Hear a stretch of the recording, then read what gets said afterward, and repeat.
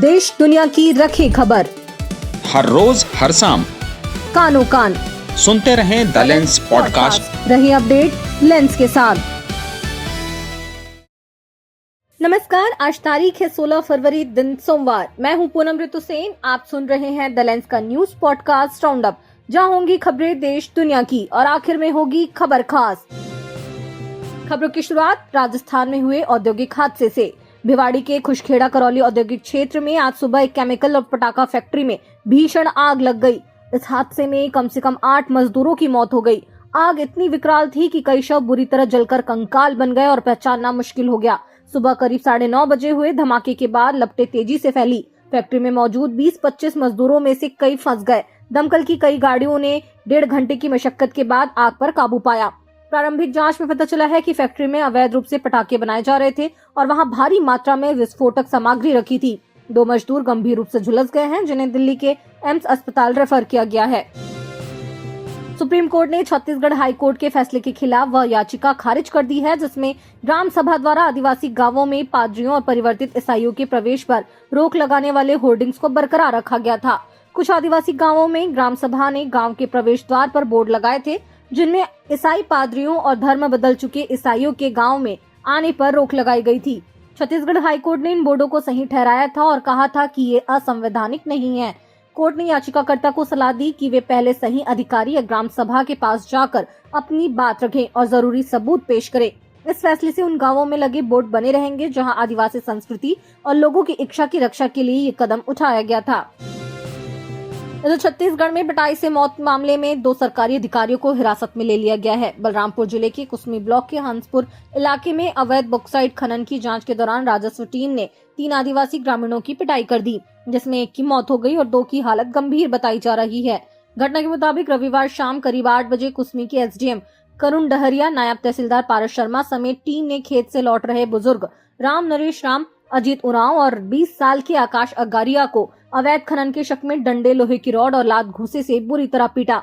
मारपीट इतनी भीषण थी कि रास्ते में ही राम नरेश राम बेहोश हो गए और सामुदायिक स्वास्थ्य केंद्र में इलाज के दौरान उनकी मौत हो गई।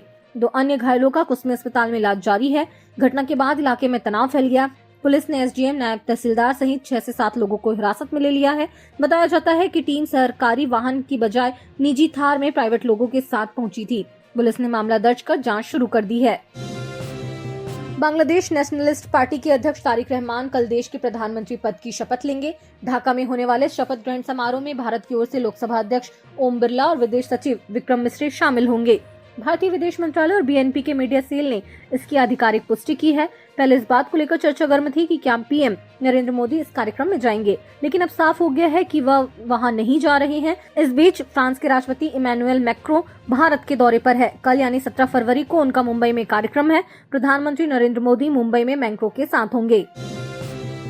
अमेरिकी राष्ट्रपति डोनाल्ड ट्रंप ने महत्वपूर्ण घोषणा की है। उनके द्वारा हाल ही में गठित बोर्ड ऑफ पीस के सदस्य देशों ने गजा पट्टी में युद्ध से प्रभावित लोगों के पुनर्वास और बड़े पैमाने पर पुनर्निर्माण कार्यों के लिए 5 अरब अमेरिकी डॉलर से अधिक की राशि देने का वादा किया है।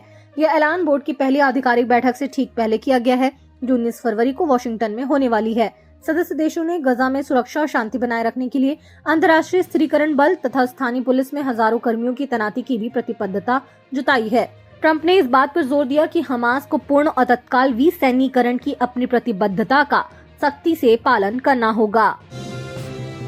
और आखिर में जरा हटके में बात भारत की सबसे लंबी नदी गंगा की, जिसको लेकर ताजा अध्ययन में सामने आए हैं चौंकाने वाले खुलासे। भारतीय उपमहाद्वीप की 2 प्रमुख नदी प्रणालियां सिंधु और गंगा अब विपरीत दिशाओं में बह रही हैं। आईआईटी गांधीनगर की एक नई अध्ययन में यह गंभीर खुलासा हुआ है। अर्थ फ्यूचर जर्नल में प्रकाशित इस रिसर्च के अनुसार 1980 से 2021 तक के आंकड़ों के विश्लेषण में ये पाया गया कि सिंधु बेसिन में नदी के जल प्रवाह में लगभग 8% की बढ़ोतरी हुई है, जबकि गंगा बेसिन में 17% की तेज गिरावट दर्ज की गई है।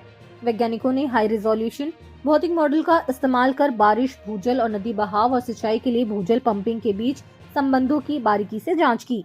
सिंधु में बढ़ोतरी मुख्य रूप से अधिक वर्षा के कारण है, वहीं गंगा में सूखने का बड़ा कारण अत्यधिक भूजल दोहन और कमजोर मानसून है। अध्ययन बताता है कि गंगा बेसिन में 60 से 80% गिरावट भूजल पंपिंग से जुड़ी है। प्रोफेसर विमल मिश्रा के अनुसार ये बदलाव न सिर्फ पर्यावरण के लिए खतरा है, बल्कि करोड़ों लोगों की जल सुरक्षा को चुनौती दे रहा है। गंगा का यह सूखना पिछले 1300 वर्षों में सबसे तेज माना जा रहा है।